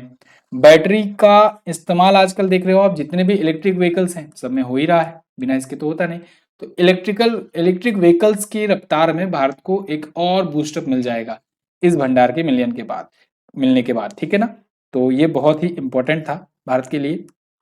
हाल ही में क्वाड देशों ने साइबर सुरक्षा के लिए कौन सा अभियान शुरू किया? तो क्वाड देशों ने साइबर सिक्योरिटी के लिए एक अभ्यास किया है, एक प्रकार से नाम है इसका क्वाड साइबर चैलेंज। क्या? Quad cyber challenge. जब भी क्वाड का नाम लिया जाए तो आप समझिएगा कि क्वाड मतलब होता है 4, और 4 देश इसमें शामिल है। कौन कौन? भारत, अमेरिका, जापान और ऑस्ट्रेलिया। इन चारों देशों का एक ग्रुप है जिसे क्वाड ग्रुप के नाम से जाना जाता है, और इन देशों के बीच में वैसे एक अभ्यास भी होता है, मालाबार नाम का एक्सरसाइज, ये भी ध्यान रखिएगा। क्वाड ग्रुप बेसिकली बनाया गया है चाइना को काउंटर करने के लिए। भारत, अमेरिका, जापान, ऑस्ट्रेलिया, ये सब चाइना को दक्षिण चीन सागर में काउंटर करने के लिए ये ग्रुप बनाए थे। अगला, किस उच्च न्यायालय के मुख्य न्यायाधीश राजेश बिंदल को सर्वोच्च न्यायालय का न्यायाधीश नियुक्त किया गया? तो दोस्तों राजेश बिंदल थे इलाहाबाद हाई कोर्ट के चीफ जस्टिस। इनको अभी रिसेंटली नियुक्त किया गया है सुप्रीम कोर्ट में। सुप्रीम कोर्ट में ये जाएंगे जज बन करके, यहाँ थे चीफ जस्टिस। ठीक है, ऐसे ही गुजरात हाई कोर्ट के भी जो चीफ जस्टिस थे उनको भी भेजा गया है। गुजरात हाई कोर्ट, ये इनके अलावा कुछ और लोगों को भी भेजा गया है। टोटल संख्या 34 हो सकती है सुप्रीम कोर्ट में, और अब वो संख्या फिर से फिलअप हो गई है। ठीक है, देखो होता क्या है, ये 34 में ना 33 तो होते हैं न्यायाधीश और 1 होते हैं मुख्य न्यायाधीश भारत के सुप्रीम कोर्ट की। जो टोटल संख्या कितनी हो सकती है? 34। अभी 32 थी, 2 और नियुक्त कर दिए गए तो 34 हो गए। अरविंद कुमार जी ये गुजरात हाईकोर्ट के थे, इनको भी वहां पर भेजा गया है। वैसे भारत के मुख्य न्यायाधीश कौन है? जस्टिस धनंजय यशवंत चंद्रचूड़, या कहें DY चंद्रचूड़, 50वें नंबर के हैं। अगला, हाल ही में किस राज्य में नकल विरोधी कानून लागू किया गया? तो उत्तराखंड में अभी हाल ही में नकल विरोधी कानून लागू किया गया है। उत्तराखंड में नकल से रिलेटेड घटनाएं बहुत ज्यादा सुनने को मिल रही थी, बहुत सारे पेपर लीक हो गए। इन सबको देखते हुए वहां के जो राज्यपाल हैं उन्होंने उत्तराखंड प्रतियोगी परीक्षा भर्ती में अनुचित साधनों की रोकथाम और निवारण के उपाय अध्यादेश जारी किया है। 10 साल की जेल का सजा का प्रावधान है, 10 करोड़ रुपए का जुर्माना भी लगेगा अगर नकल माफिया कोई पकड़ा जाता है तो। ठीक है, अगला, हाल ही में किस केंद्रीय मंत्री ने अमृत पैक्स 2023 नाम का राष्ट्रीय डाक टिकट प्रदर्शनी का उद्घाटन किया? तो इसका उद्घाटन किया है अश्वनी वैष्णव जी ने। ये कौन है? ये केंद्रीय रेल मंत्री हैं। तो अमृत पैक्स नाम का राष्ट्रीय डाक टिकट प्रदर्शनी इन्होंने लॉन्च किया हुआ है। क्लियर है? 11 से 15 फरवरी तक ये चला दिल्ली के प्रगति मैदान में। अगला, पीएम मोदी ने कहां पर भारत के सबसे लंबे एक्सप्रेसवे दिल्ली मुंबई एक्सप्रेसवे का उद्घाटन किया? पीएम मोदी ने राजस्थान में अभी हाल ही में भारत के सबसे लंबे एक्सप्रेसवे, जो कि भारत के 2 महानगरों को जोड़ेगा, दिल्ली को और मुंबई को, इन दोनों को जोड़ने वाला सबसे लंबा एक्सप्रेसवे, इसका उद्घाटन किया गया है। हालांकि अभी ये बन रहा है, पूरा तो पूरा नहीं बन पाया है। अभी 246 किलोमीटर का सेगमेंट बना है और सोहना दौसा का, तो इसी को उद्घाटन इसी का किया हुआ है पीएम मोदी ने। ठीक है, सोहना दौसा का, सोहना दौसा, दौसा को सोहना से जोड़ेगा और दौसा में ही ये मतलब कि आयोजन किया गया और वहीं पर जाकर के इन्होंने उद्घाटन किया है। कुल लंबाई है 1346 किलोमीटर की, दिल्ली से मुंबई को कनेक्ट करने की। ठीक है, आगे, देश का सबसे बड़ा एक्सप्रेसवे होने वाला है ये। अगला, हाल ही में 13 फरवरी को निम्न में से कौन सा दिवस मनाया गया? तो 13 फरवरी को दोस्तों प्रत्येक वर्ष विश्व रेडियो दिवस और राष्ट्रीय महिला दिवस दोनों मनाया जाता है। महिला दिवस मनाया जाता है सरोजिनी नायडू जी की जयंती के अवसर पर। ध्यान रखिएगा, दोनों ही दिवस महत्वपूर्ण है। अब इन दोनों दिवस के बारे में एक एक करके जानो। रेडियो दिवस, रेडियो के बारे में अवेयरनेस फैलाने के लिए, और विमेंस डे जो है, नेशनल विमेंस डे यानी कि राष्ट्रीय महिला दिवस, ये सरोजिनी नायडू जी की जयंती के अवसर पर मनाते हैं। सरोजिनी नायडू जी ये भारत की किसी भी राज्य में सबसे राज्यपाल बनने वाली सबसे पहली महिला थी ये। इसके अलावा ये कांग्रेस जो पार्टी है ना, इंडियन नेशनल कांग्रेस, उसकी अध्यक्ष बनने वाली पहली भारतीय महिला बनी थी। दूसरी महिला और पहली भारतीय महिला। पहली महिला एनी बेसेंट बनी थी, लेकिन वो चूंकि भारतीय नागरिक नहीं थी, तो पहली भारतीय महिला पूछा जाए तो आप बताएंगे सरोजिनी नायडू को। 1925 में बनी थी, महात्मा गांधी के बाद। इनसे पहले 1924 में महात्मा गांधी जी थे अध्यक्ष कांग्रेस के बेलगावी अधिवेशन में। ठीक है, फिलहाल अंतर्राष्ट्रीय महिला दिवस 8 मार्च को मनाया जाता है और यह है राष्ट्रीय महिला दिवस 13 फरवरी को। और 13 फरवरी को रेडियो दिवस मनाया जाता है। इसकी घोषणा यूनेस्को ने 2011 में करी हुई थी। ठीक है, इस बार की थीम है रेडियो एंड पीस। आगे, हाल ही में जारी विश्व खुशहाली सूचकांक 2023 में भारत किस स्थान पर? तो भारत वर्ल्ड हैप्पीनेस इंडेक्स में इस बार आ गया है दोस्तों 136वें स्थान पर। ठीक है, खुशहाली सूचकांक, इसको दोस्तों रिलीज तो अभी कर दिया गया है। खुशहाली सूचकांक एक्चुअली में खुशहाली दिवस को रिलीज किया जाता है ऑफिशियल तरीके से, और खुशहाली दिवस होता है 20 मार्च को, विश्व खुशहाली दिवस। ठीक है, तो भारत 136वें स्थान पर है और टॉप पर कौन है? टॉप पर है फिनलैंड। फिनलैंड, हर बार ये फिनलैंड ही टॉप पर रहता है। फिनलैंड को फनलैंड से याद रखिए, फनलैंड। ठीक है, चलिए, तो यहाँ पर आप देख पाओगे टॉप 5 कंट्रीज हैं, Finland, Denmark, Switzerland, Iceland, Netherlands. इन सबको रेटिंग वगैरह दी गई है। इंडिया का पोजीशन 136वें पर है। आसपास के देशों में अगर आप देखोगे तो Tanzania, Haiti, Yemen, Burundi, Sierra Leone, Zambia, Togo, ये सभी देश हैं। अगला क्वेश्चन, हाल ही में फीफा क्लब विश्व कप का खिताब किसने जीता? तो एक होता है फीफा विश्व कप, एक होता है फीफा क्लब विश्व कप। तो जो फीफा क्लब वर्ल्ड कप होता है वो क्लब के बीच में खेला जाता है। जो क्लब होते हैं ना फीफा क्लब, जैसे कि आप सुनते हो Manchester United, Liverpool, Real Madrid, Al Hilal, Barcelona, ये सभी, इन सब क्लब्स के बीच में होता है। और फीफा वर्ल्ड कप जो होता है वो कंट्रीज के बीच में होता है। तो फीफा क्लब विश्व कप 2023 का भी आयोजन किया गया और रियल मैड्रिड ने 5वीं बार जीत लिया है ये क्लब विश्व कप। यहाँ पर देख पाओगे आप, आर्टिकल है, टोटल ओवरऑल 100वां खिताब है रियल मैड्रिड का, हर एक प्रकार के इवेंट्स को मिला करके। ठीक है, अल हिलाल जो कि सऊदी अरब की टीम है, ये 5-3 से हारी। अच्छा, एक चीज और, सऊदी अरब की ही एक टीम है अल नसर। अल नसर जो टीम है ना, इसी ने अभी हाल ही में क्रिस्टियानो रोनाल्डो को खरीदा हुआ है। याद रखिएगा, अब वो क्रिस्टियानो रोनाल्डो जो है अल नसर नाम से टीम से खेलेंगे। फीफा क्लब विश्व कप की शुरुआत सन 2000 से हुई है। अब अभी तक के कुछ महत्वपूर्ण जो दिवस आए हैं उनका हम लोग रिवीजन कर लेते हैं। जैसे 1 फरवरी को भारतीय तटरक्षक दिवस मनाया गया, 2 फरवरी विश्व आर्द्र भूमि दिवस, वर्ल्ड वेटलैंड डे, 4 फरवरी को विश्व कैंसर दिवस और 4 फरवरी को ही अंतर्राष्ट्रीय मानव बंधुत्व दिवस मनाया जाता है। इस बार 7 फरवरी 2023 को सुरक्षित इंटरनेट दिवस मनाया गया। ये प्रत्येक साल दूसरे महीने के दूसरे सप्ताह के दूसरे दिन मनाते हैं, तो इस बार ये पड़ा था दिन 7 फरवरी को। 10 फरवरी विश्व दलहन दिवस, 11 फरवरी अंतर्राष्ट्रीय महिला वैज्ञानिक दिवस, 11 फरवरी को ही विश्व यूनानी दिवस और 12 फरवरी को राष्ट्रीय उत्पादकता दिवस मनाया गया। वहीं 13 फरवरी को विश्व रेडियो दिवस और राष्ट्रीय महिला दिवस। क्लियर? बिल्कुल। अगला क्वेश्चन देखते हैं, हाल ही में आयोजित खेलो इंडिया यूथ गेम में किस राज्य ने सर्वाधिक मेडल जीता? तो खेलो इंडिया यूथ गेम का समापन हो चुका है। महाराष्ट्र दोस्तों इसमें सबसे ज्यादा मेडल लेकर के आया है, लेकिन बात आती है कौन सा संस्करण? तो ये था 5वां संस्करण। खेलो इंडिया यूथ गेम का 5वां संस्करण अभी हाल ही में आयोजित किया गया। यहाँ पर आप आर्टिकल देख पाओगे। मध्य प्रदेश में ये आयोजित हुआ है और महाराष्ट्र ने टॉप पोजीशन हासिल की है। 13 जनवरी से 11 फरवरी को ये हुआ। देखो इसे खेलो इंडिया यूथ गेम 2022 कहेंगे, ठीक है ना, ये 23 लिखा हुआ है, इसको 2022 कर लीजिएगा। खेलो इंडिया यूथ गेम का ये 2022 वाला संस्करण था। हाँ, भले ही ये आयोजित हुआ 2023 में, लेकिन कहा जाएगा 2022 का। क्यों? क्योंकि जो 2021 में होने वाला था वो पोस्टपोन हुआ था, हरियाणा वाला 2022 में हुआ था, और जो 2022 में होने वाला था वो 2023 में हुआ। ठीक उसी प्रकार से जैसे टोक्यो ओलंपिक एक साल के लिए टला था। ठीक, चलो 5वां संस्करण था, ये तो पता लग गया। शुरुआत कब से हुई थी खेलो इंडिया यूथ गेम की? 2018 से। 2018 में हुआ था नई दिल्ली में, 2019 में हुआ पुणे में महाराष्ट्र में, फिर 20 में हुआ था दोस्तों तीसरा संस्करण गुवाहाटी में, चौथा संस्करण 21 में होना था लेकिन हुआ 22 में, कहां पर? पंचकुला हरियाणा में, और 5वां संस्करण अब मध्य प्रदेश में हुआ है 2023 में।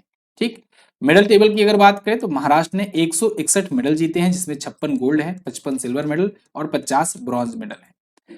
हरियाणा दूसरे स्थान पर रहा 128 मेडल के साथ। मध्य प्रदेश जो कि होस्ट स्टेट था, इसने 96 मेडल जीते हैं टोटल। इस बार के खेलो इंडिया यूथ गेम में कयाकिंग और कैनोइंग ये गेम नए शामिल किए गए थे, तो ये भी आप याद रखेंगे। वैसे खेलो इंडिया के बारे में मैंने आपको वीडियो दी हुई है, और इससे रिलेटेड जो टॉप एमसीक्यू हैं उसकी भी वीडियो आपको दी गई है, तो आप उसको देख लेंगे अगर तो, और भी जो इससे रिलेटेड जो स्टैटिक होता है उसको भी तैयार कर पाएंगे। लिंक उसका भी मैं डिस्क्रिप्शन में डलवा दूंगा। आगे, जम्मू कश्मीर और लद्दाख उच्च न्यायालय के नए मुख्य न्यायाधीश कौन नियुक्त किए गए? तो दोस्तों जम्मू कश्मीर और लद्दाख के हाई कोर्ट के नए चीफ जस्टिस नियुक्त किए गए हैं एन कोटेश्वर सिंह। अभी रिसेंटली 4 हाई कोर्ट में नए मुख्य न्यायाधीश आए हुए हैं, तो इनका भी नाम आप लोग याद कर लीजिए। हालांकि इसमें से 2 ऐसे हैं जो केवल 10-10 दिन में रिटायर हो जाएंगे, तो यानी कि ये वीडियो जब अपलोड होगी उसके कुछ दिन बाद ही वो लोग रिटायर हो जाएंगे, और फिर हो सकता है वहां पर दूसरे नियुक्त कर दिए जाए। ठीक है, जैसे इनमें न्यायमूर्ति सोनिया गिरधर कोकानी है, ये गुजरात हाईकोर्ट की नियुक्त की गई हैं, लेकिन 25 फरवरी को ये रिटायर हो जाएंगे। आज मैं जब ये वीडियो रिकॉर्ड कर रहा हूं तब 15 फरवरी तक की कोई कंटेंट है इसमें तो ये कुछ दिन बाद ही रिटायर होने वाली हैं। जम्मू और कश्मीर और लद्दाख हाईकोर्ट के न्यायमूर्ति एन कोटेश्वर सिंह नियुक्त किए गए हैं। वहीं त्रिपुरा हाईकोर्ट के न्यायमूर्ति नियुक्त किए गए हैं न्यायमूर्ति जसवंत सिंह। 22 फरवरी को ये भी रिटायर हो जाएंगे, यानी इनको भी केवल 10 दिन के लिए ही नियुक्त किया गया था। 12 फरवरी की न्यूज है। गुवाहाटी हाईकोर्ट के नए मुख्य न्यायाधीश न्यायमूर्ति संदीप मेहता होंगे। क्लियर? आगे, डब्ल्यूपीएल की नीलामी में सबसे महंगी खिलाड़ी कौन बनी? तो विमेन्स प्रीमियर लीग भी आईपीएल के ही तर्ज पर शुरू किया जा रहा है। आईपीएल जैसे कि इंडियन प्रीमियर लीग होता है भारत में पुरुषों खिलाड़ी के लिए, क्रिकेटर के लिए, ऐसे ही महिला क्रिकेटर के लिए विमेन प्रीमियर लीग शुरू किया जा रहा है। और इसमें अभी हाल में स्मृति मंधाना को सबसे महंगे दाम में खरीदा गया। आरसीबी की टीम ने खरीदा है, रॉयल चैलेंजर्स बेंगलुरु की टीम ने 3.4 करोड़ में इनको खरीदा हुआ है। यहाँ पर आप देख पाओगे WPL auction, Smriti Mandhana hits pay dirt, Harmanpreet Kaur get half as 10 Indian women get crore plus deal.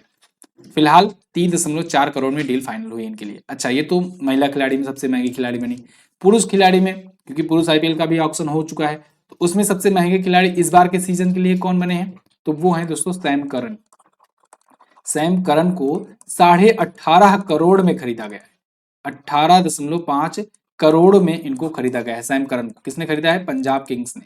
Punjab Kings ने इनको खरीदा है। अगला, किस देश की पहली महिला अंतरिक्ष यात्री रयाना बनवानी अंतरिक्ष मिशन पर जाएंगी? तो दोस्तों सऊदी अरब की पहली महिला अंतरिक्ष यात्री रयाना बरनावी ये इंटरनेशनल स्पेस स्टेशन पर जाने वाले हैं। सऊदी अरब की ये पहली महिला होंगी। ठीक है, तो ये जाएंगी। अच्छा, एक्सियोम स्पेस नाम से एक मिशन है, उसी मिशन के तहत ये जाएंगे वहां पर। स्पेस एक्स के ड्रैगन अंतरिक्ष यान पर ये जाएंगी। फॉल्कन 9 के रॉकेट से इन्हें लॉन्च किया जाएगा। फॉल्कन 9 रॉकेट ये दुनिया का इकलौता रीयूजेबल रॉकेट है। ये एक अपने साथी के साथ जाएंगे, नाम होगा अली अल कार्नी। अली अल कार्नी ये भी सऊदी अरब के ही हैं। 10 दिनों का इनका मिशन होगा इंटरनेशनल स्पेस स्टेशन के लिए। इंटरनेशनल स्पेस स्टेशन से न्यूज मैंने आपको बताया था कि 2031 में इसे गिराने की बातचीत चल रही है। 2030-31 में इसे प्रशांत महासागर में गिरा दिया जाएगा। ये 1998 में लॉन्च किया गया था इंटरनेशनल स्पेस स्टेशन, जिसमें रसिया की स्पेस एजेंसी रॉसकॉस्मोस और अमेरिका की नासा, इसके अलावा ईएसए यूरोपियन स्पेस एजेंसी, ये सभी लोग मिल करके इसे लॉन्च किए थे। ठीक है, लेकिन अभी एक आधिकारिकता यहाँ पर नासा की ही है। फिलहाल ये 2031 तक अपना काम पूरा करके गिरा दिया जाएगा प्रशांत महासागर में, फिर दूसरा कभी और लॉन्च किया जाएगा। आगे देखते हैं। हाल ही में बांग्लादेश के 22वें राष्ट्रपति कौन बने? तो बांग्लादेश के 22वें राष्ट्रपति बन गए हैं मोहम्मद शहाबुद्दीन। मोहम्मद शहाबुद्दीन चुप्पू इनका पूरा नाम है, ठीक है, मोहम्मद शहाबुद्दीन चुप्पू। ये बांग्लादेश के 22वें राष्ट्रपति बन रहे हैं। ये इससे पहले पूर्व न्यायाधीश रह चुके हैं बांग्लादेश में, स्वतंत्रता सेनानी भी थे। वहां के जो राष्ट्रपिता कहे जाते हैं, जो बंगबंधु के नाम से भी जाने जाते हैं बांग्लादेश में, बंगबंधु, ठीक है, पहले राष्ट्रपति थे शेख मुजीबुर रहमान। शेख मुजीबुर रहमान जो कि शेख हसीना के पिताजी हैं। शेख हसीना वहां पर प्राइम मिनिस्टर हैं। शेख हसीना प्राइम मिनिस्टर हैं, उनके पिताजी वहां के पहले राष्ट्रपति थे। बंगबंधु के नाम से भी उन्हें जाना जाता था। उनके साथ ही ये वहां को स्वतंत्र करने के लिए, यानी बांग्लादेश को अलग देश बनाने में ये काम करते थे, ठीक है। तो इनको अभी राष्ट्रपति बनाया गया है। ये मोहम्मद हामिद की जगह लेंगे। मोहम्मद हामिद अभी तक यहाँ पर राष्ट्रपति थे, सबसे लंबे कार्यकाल इन्होंने कंप्लीट किए, अपना 2 कार्यकाल पूरा किया इन्होंने। शहाबुद्दीन चुप्पू की पत्नी है रेबेका सुल्ताना, ये वहां की पूर्व सचिव भी रह चुके हैं। आगे देखते हैं, हाल ही में अंतर्राष्ट्रीय मिर्गी दिवस कब मनाया गया? तो अभी हाल ही में 13 फरवरी को अंतर्राष्ट्रीय मिर्गी दिवस मनाया गया, इंटरनेशनल एपिलेप्सी डे। ये मिर्गी रोग के बारे में अवेयरनेस फैलाने के लिए मनाया जाता है दुनिया भर में। तो 13 फरवरी को इस बार मनाया गया, प्रत्येक वर्ष मनाया जाता है। ये 2 संस्थाएं हैं, एक है इंटरनेशनल ब्यूरो ऑफ एपिलेप्सी, एक है इंटरनेशनल लीग अगेंस्ट एपिलेप्सी। इन दोनों के द्वारा ये मनाया जाता है। दोस्तों, मिर्गी यानी कि एपिलेप्सी जो होता है एक नर्वस डिसऑर्डर होता है, तंत्रिका विकार होता है जो मस्तिष्क की गतिविधियों को इफेक्ट करता है, ठीक है। इसके बारे में अवेयरनेस फैलाने के लिए मनाया जाता है। तो ये तो थे इस महीने के अभी तक के most important question current affair के। अब अगले पार्ट में बाकी के वीडियो हम लोग देखेंगे। अमूमन लोग पहला पार्ट देखने के बाद दूसरा पार्ट खोजने में दिक्कत महसूस करते हैं।